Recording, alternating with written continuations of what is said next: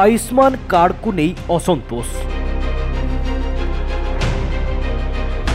मोहन को छी छाकर कले लोके।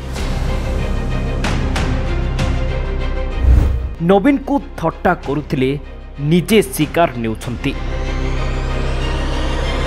आयुष्मान कार्ड को नहीं आसुछि पुला पुला अभियोग। मोहन को छी छाकर कले लोके।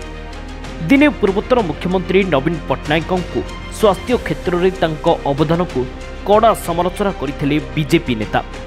एमितिकी तांको बीजेपी आयुष्मान कार्ड देबो बोली मध्य कहिबाकू पछाई नथिला। हेले एबे तांको उपरे भारी पड़ुछि आयुष्मान कार्ड। रोगी को ठारू आरंभ करी हॉस्पिटल संघ मेडिकल संघ समस्ते निंदा करुछंती। रोगी को ओटीपी रे समस्या हेउछि। सर्भर डाउन जोगो रोगी पंजीकरण और आवश्यक कागजपत्र दि जाई पारुनी, जहा फल हंतसंत हेउछंती लोके। एपरिक डाक्तर माने भी कौनसी सुविधा पाई पारु नाहंती। यह मोहन सरकार को विफलता को पदारी पकाउछि। एमितिकी स्वास्थ्य मंत्री मुकेश महालिंगम को बाहास्पट को भी निंदा करुछंती साधारण लोके।